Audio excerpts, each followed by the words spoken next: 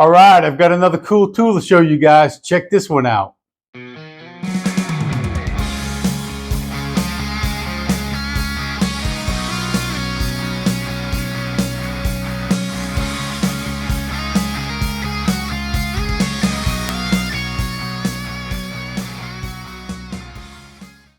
Hey guys, this is Paul from Flatmaster Guitars and welcome back to my shop. This is the cool tool I was talking about right here. This is the Flatmaster from Stockroom Supply. Stockroom Supply is a family-owned and operated business. They're located in Wainfleet, Ontario, Canada, specializing in woodworking supplies and tools. Their products include sandpaper, router bits, wood screws, wood turning chucks, and turning tools. They have the Ricon power tools as well, and much more. Several tools have been designed and manufactured over the years exclusively by Stockroom Supply. Among them are Little Ripper, Round Ripper, Molding Master, and of course the Vrum Center and the Flatmaster Sander. They also keep an inventory of high-end, difficult to source woodworking products. More and more woodworking items are being added to the business every year. They have a friendly staff and are more than willing to assist you in any way possible. You can visit Stockroom Supply at www.stockroomsupply.com. So the Flatmaster came in a very sturdy, well-taped box. They also had it strapped with plastic bands to keep things all together. They put plenty of cardboard and styrofoam reinforcements inside to keep it from moving around, and they packed it with plenty of material to keep it safe on its journey. They also had a small box inside containing the pulleys, a link belt, the dust port, all the necessary hardware. They also had 3 rolls of different grits. They had a 220, 180, and a 100 inside of it. Another box was delivered as well with the fence system in it. Now Stockroom Supply graciously sent me a 2 fence system, and that is just awesome. I mean, this is a complete setup.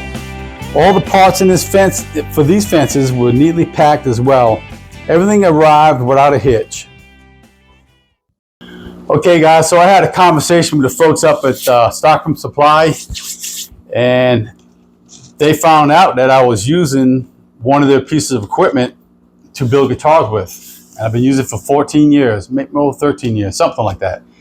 And they asked me if I can do a review on the Flatmaster, which is the newer version of that machine. And that older machine is this right here. This is the Vrum Sander. Like I said, I got this 13 years ago, roughly.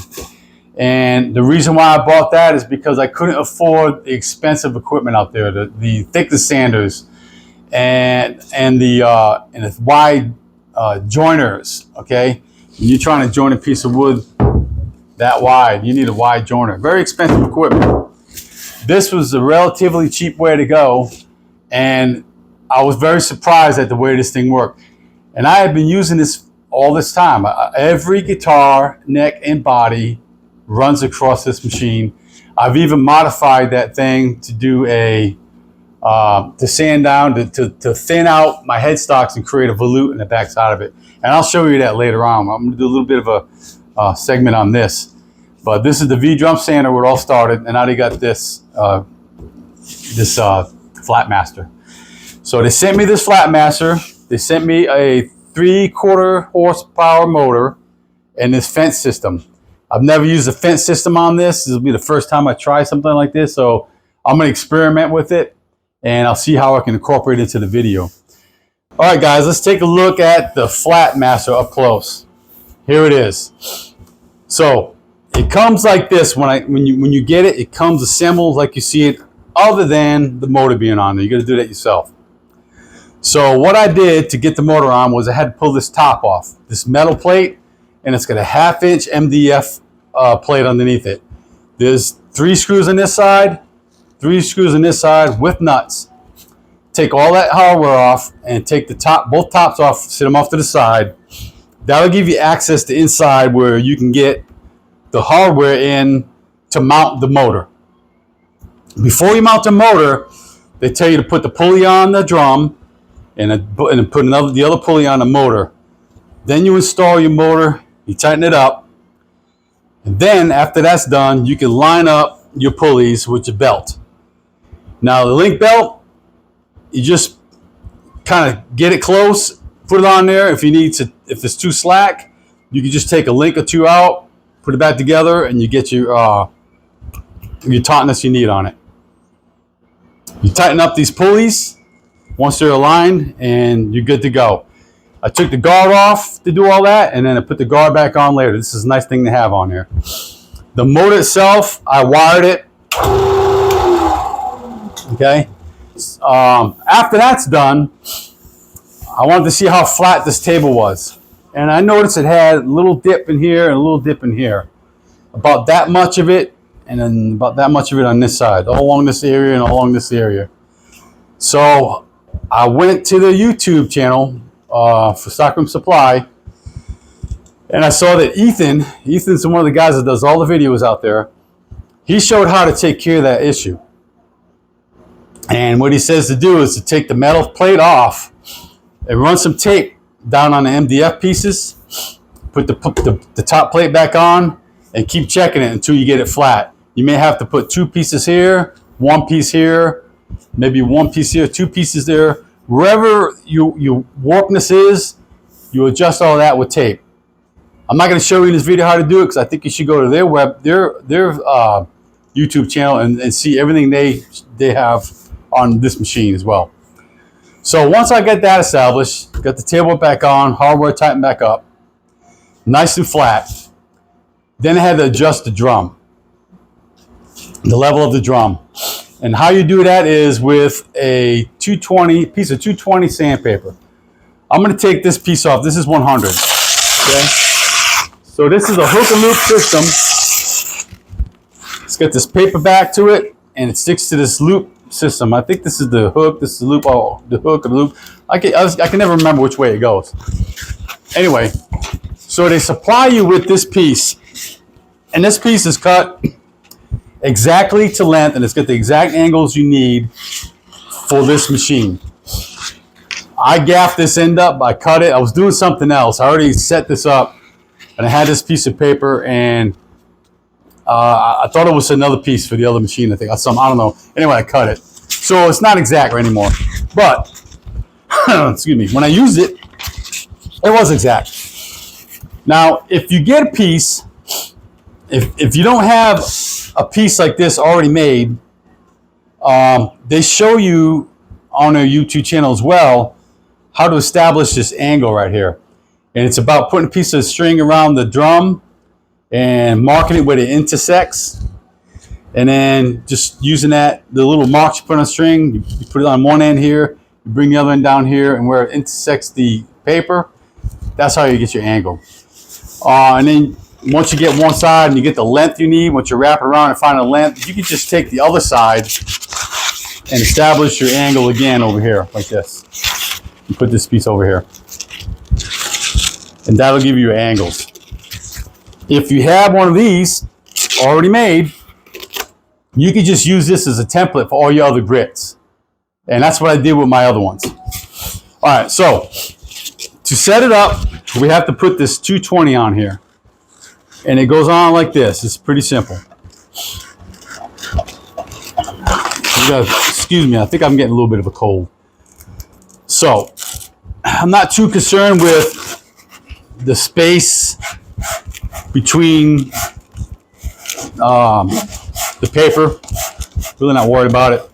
Doesn't really matter too much anytime because it'll work great just like this. But since this paper ended up being a little bit short, I'm just going to give it a little more space just as a demonstration on how to set up the height of the drum. Okay? All right, that's good right there. All right, once you get that paper on there, you know your table's flat, find a straight edge, put it on one end here, your other end here. And I can barely, almost hear it touch. It's very slight. It's like so slight. And it could be because I just don't have the paper down flat enough. Anyway, I mean, it's barely there. Excuse me. All right, so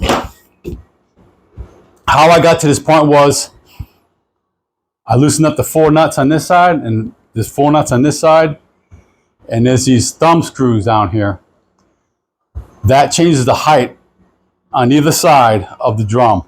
So adjust that until you get this to where it's just almost about to touch with the 220 on it, and you lock down those 4 nuts and you're good to go. So at this point, all you have to do to get a more aggressive cut is to change out the grit of the sandpaper. You go to a coarser grit and you're going to get more of a cut. How this works is with centrifugal force, spinning, it's lifting up this paper. It's trying to sling this paper off that drum. Air is getting underneath this paper, between the paper and the drum, and it's lifted enough to take a bite. Okay? So now I'm going to take this back. That's how you set that up. And you can see all this stuff on a YouTube channel.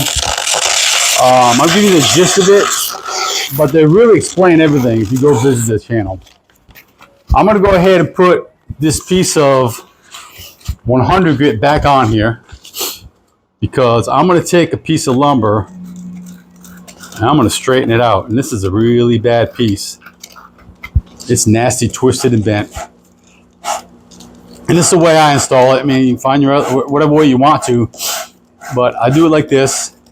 I'm getting a little closer on the gap because this paper fits a little better. The other piece I had, I gaffed it up. But it's not important to get it to touch. The seams to touch. You can have a little bit of space. It's just fine. This one takes a little longer than my other V drum sander because this is a 24-inch sander versus my 18-inch sander. All right. And I square off these ends. I don't leave them the points because they can catch. I've seen people tape them as well. All right, with that on there, it's going to take more of a bite. I can put this on here, and I can kind of hear it rubbing a little bit more now. So, you know, it's already lifted up because of the grit thickness. Once you spin it up, air gets in there, centrifugal force is going to lift that paper up, and it's going to get a deeper cut. All right, that's pretty much it for setting this thing up. And what I'm going to do now is I'm going to take a piece of wood and I'm going to mill it down with this thing. So I got a piece of 100 grit on here right now, and I'm going to go ahead and start out the way I always start out with my lumber, by flattening one side of a piece of wood that's a body that I'm used for a body. And yeah, and the matter of fact, it's right here. And once I get one side done, I'll flip it over and I'll do the other side. Or if you did have a planer, you could get one side flat and run the rest through the planer. This can be done all the way with a Flatmaster, and I'll show you that. So you can see how wobbly this piece of wood is. It's really, I got the crookedest piece I could find and the most warped piece, basically. Look at that thing. So I'm going to go ahead and get this thing squared up with this machine right here. This is a good way to start out as a beginner if you're looking to save some money and get the job done without having to buy that big equipment. This is the way to go right here. All right, I think I've rattled on enough. Let's go ahead and start sanding this thing down. Okay, I got my dust extractions hooked up right here, and I'm going to turn on my vac. Stop sanding.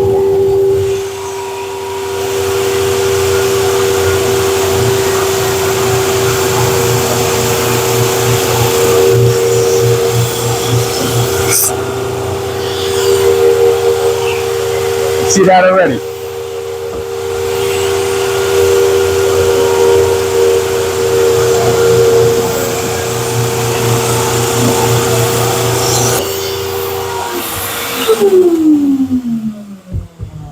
Oh, okay, you can see how that's working, right?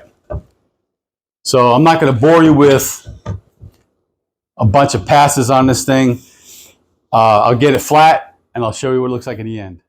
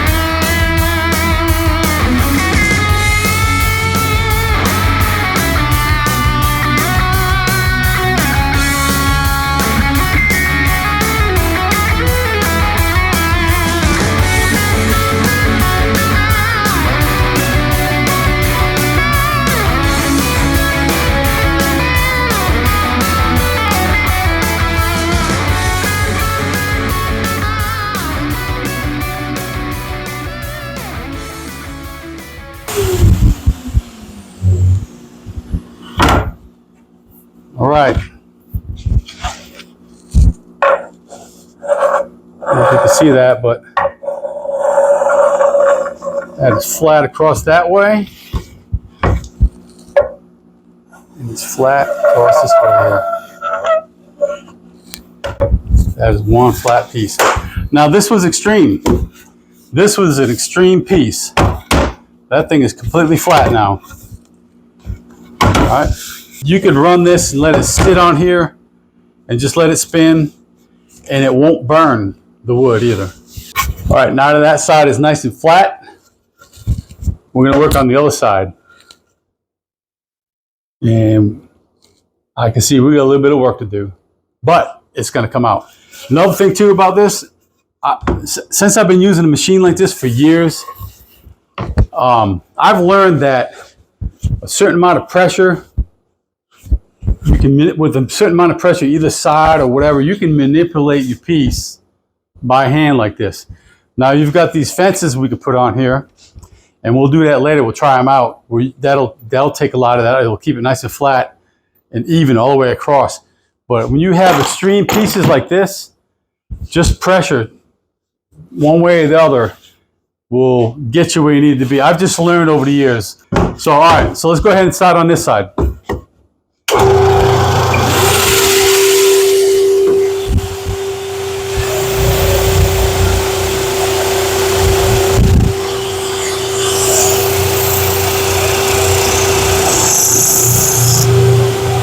And I know how it's warped. We're in here on my high side. That side and that side.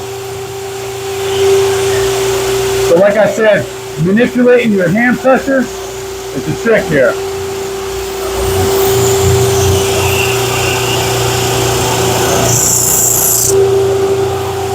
And I wish I had a piece of 80 grit. You go so much faster.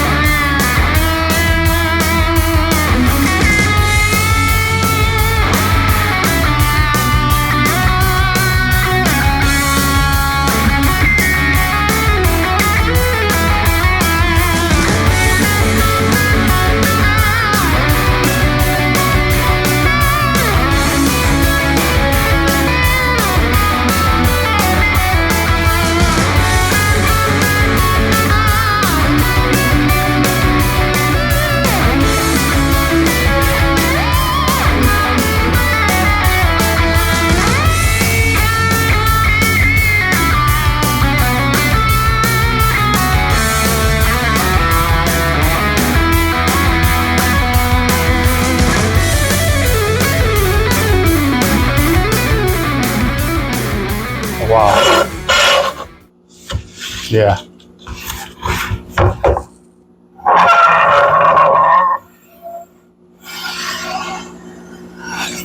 It's just a little bit more in the center here. I'm going to give it a few more swipes, but man, it looks good. And all I do was, because you had some high spots here and here, or here and here, whatever side it was, I keep turning it around, so can't remember. Just change your pressure a little bit pressure there, and then a little bit pressure there as you go across. Also, I keep measuring. Along the way. And yeah, I'm just about spot on. Just a hair high on that side.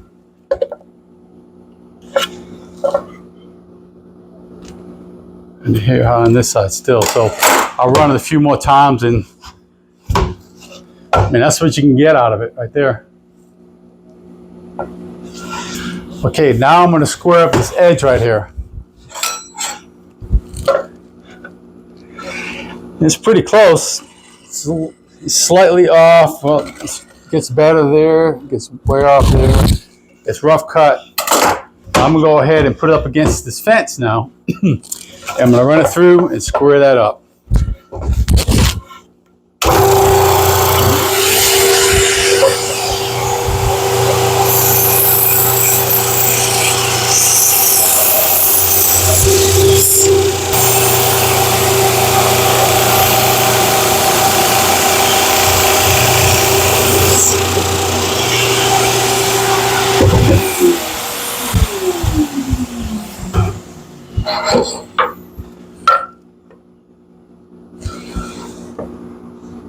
Very, very square.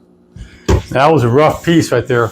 I don't have another one of these, but I can already tell that's going to be a nice glue joint. You glue two of them together like that, it's going to be a perfect glue joint with that.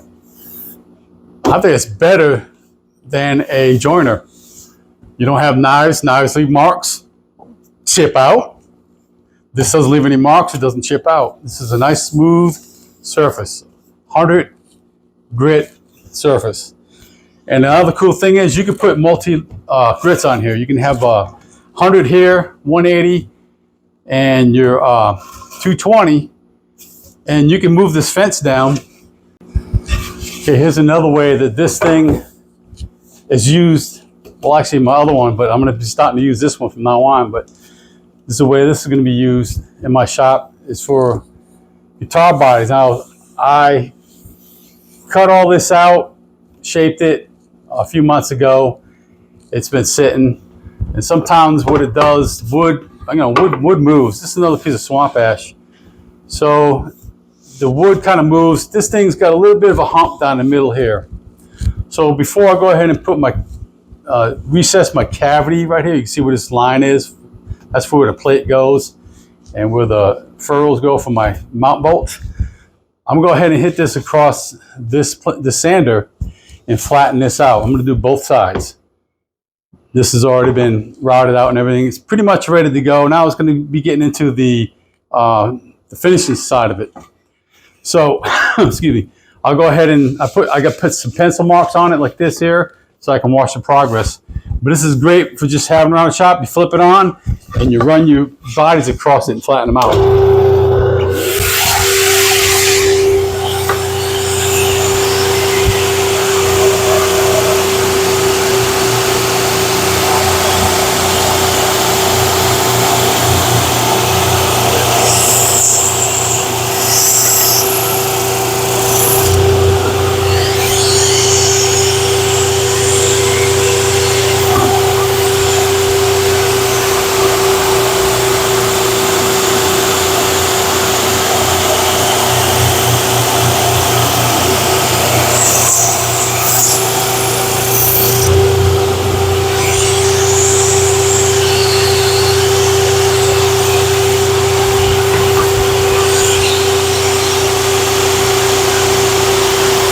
Another thing to mention too, now this is some curly maple. Curly maple, when you run it across a joiner or you run it in your planer, it will chip up. And you got blades cutting it. So this thing is perfect for something like curly maple because it won't chip it up. It's got sand in it. So even if I put a piece of curly maple just this top. Now this is a 1/4 inch thick piece right here. That's the end of it. You can barely see it in this video probably, but if you run that through a planer that thin and you get chips and you want it to be that thickness, that 1/4 inch, well, now you're gonna have these divots all over, the little chips that come out because of the grain, because of the pattern of the curly maple. So you can stop at a certain point if you got enough room. You can get it down close, but then finish it off with the flat sander, and it won't chip.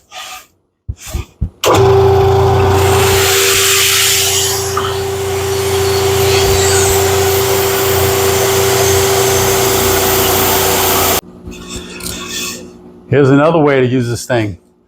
These are my neck blanks. So this is a scoff joint. It's a piece glued on. Actually, this top piece right here, if you can see that line right here, this was one piece. I cut it on the angle. It's a 9-degree angle. Flipped the piece over and glued it back to itself. And in the process, I've used this a flat sander to clean up these surfaces so I can glue them together. And then after it's glued together, then I want to clean up this surface and this surface, the headstock angle. And I want to keep this line. This is a line that's square. And I can use this machine, and like I talked about earlier, by manipulating pressure back and forth across here to keep that line straight. I'll show you what I mean. You can do it both ways, this way or this way. I'll go this way first.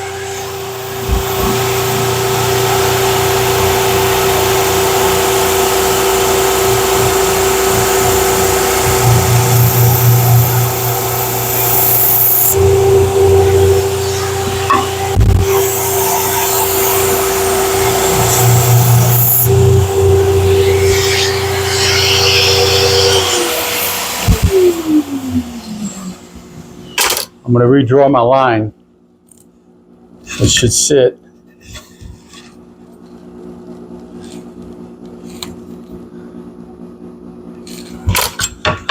right here. Make sure I'm square.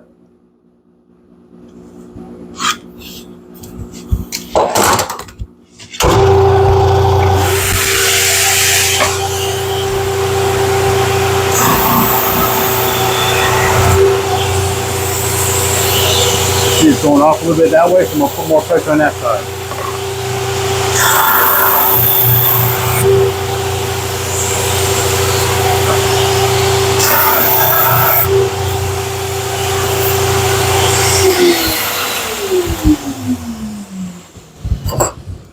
Although some of that line disappeared, it's still squared up.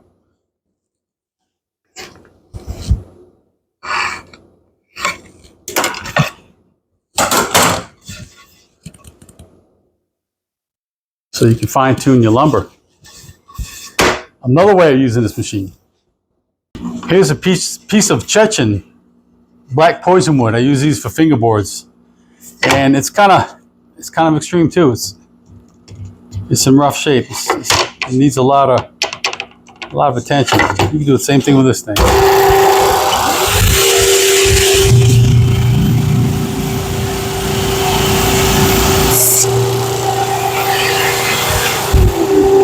Hey, another way this comes in handy too, speaking of fingerboards, I could have a fingerboard ready to be glued down to a neck. And a lot of times I'll just take that fingerboard and I'll run it across just to get a nice flat surface, give it a nice, 180 grit or 100 grit texture to it, so it'll glue to the neck. So you just flip it on and run it through. Let's see if I can get this straightened up a little bit.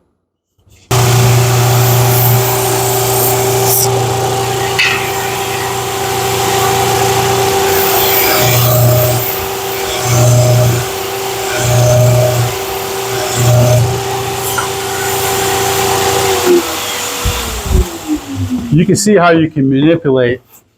I've got a little bit of a curve in the middle here going this way, and I'll just go along the middle and kind of spread it out further and further, and it'll get rid of that hump for me. It'll get me nice and flat.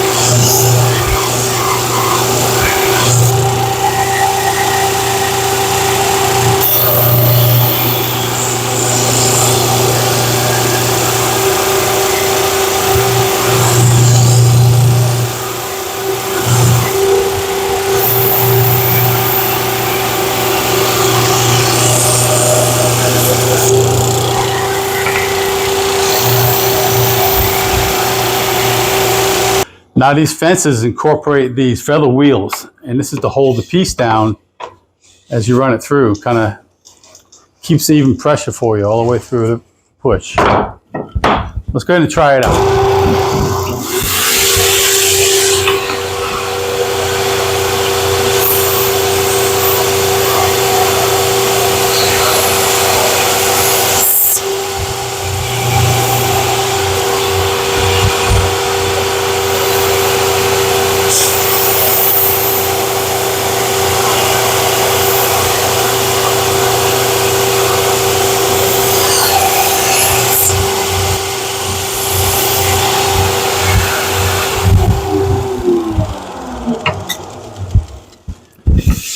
All right, it's creating a nice smooth surface right there. Very flat, stable piece. Okay guys, I got the 2 fences set up this time. And I'm gonna run that same body half from earlier through this. Let's see how this works.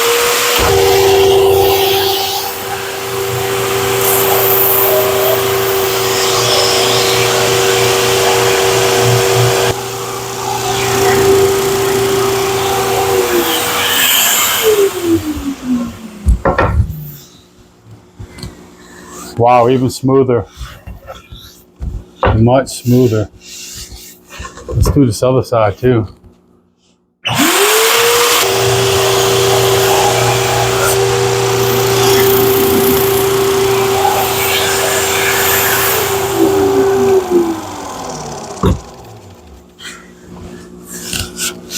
Yeah.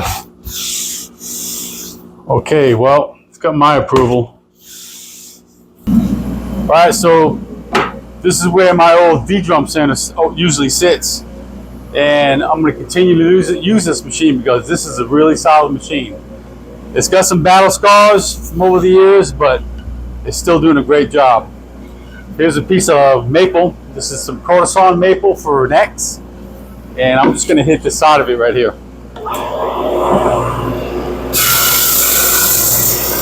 The dust collection is on.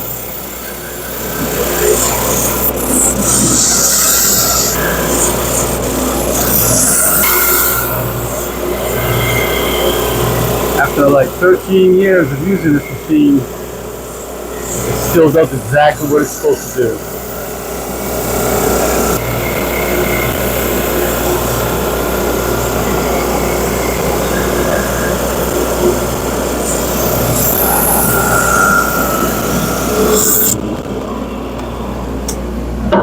All right, well there it is. That's this thing in action. Let me show you how I modified this thing. Okay guys, I wanted to show you how I use a V-drum sander to create this volute. It also thicknesses the headstock at the same time.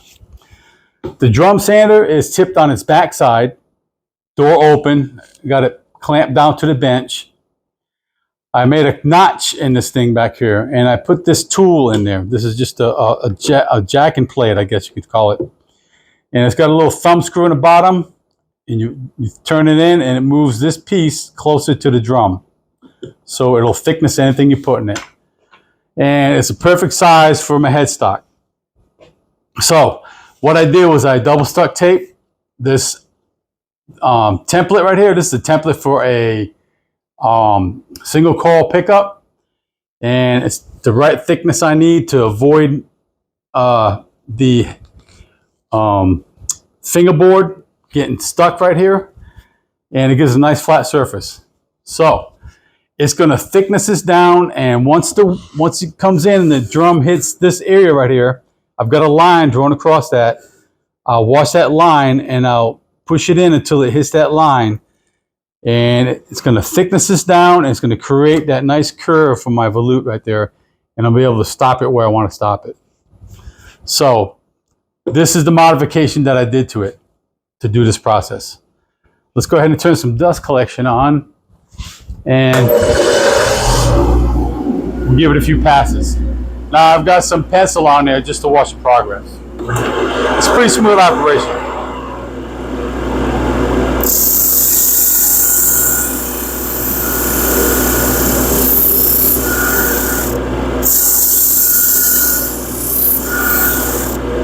Jack it up a little bit more.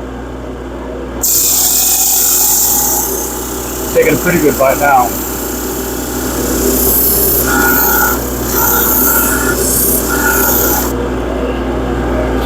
And I'll watch the side. I got it marked right here.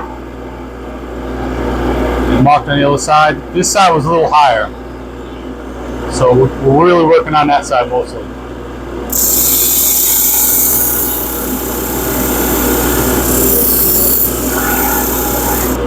It was uneven, now it's getting even.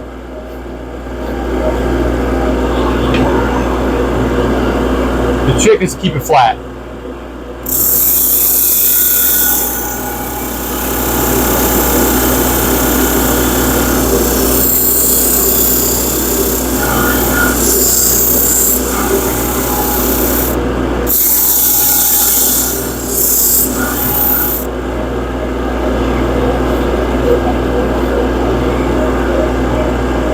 just a little bit more.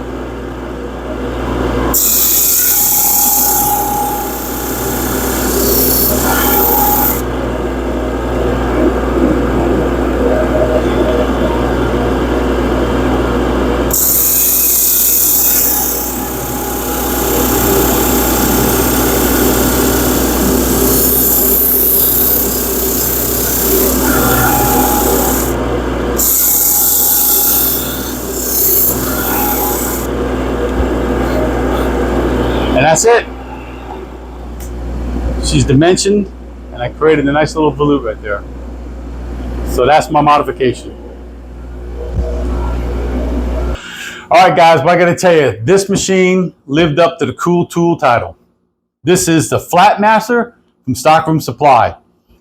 This is a great addition to anyone's shop. I'm gonna tell you right now. I give this thing 2 thumbs up. All right. I found all kind of ways to use this thing in my shop, and I'll find even more ways to use it. Once I get used to that fence system, and here's the fences right here. Once I get used to these fences, the sky's going to be the limit. I'm just going to see more improvements. I got to get used to it.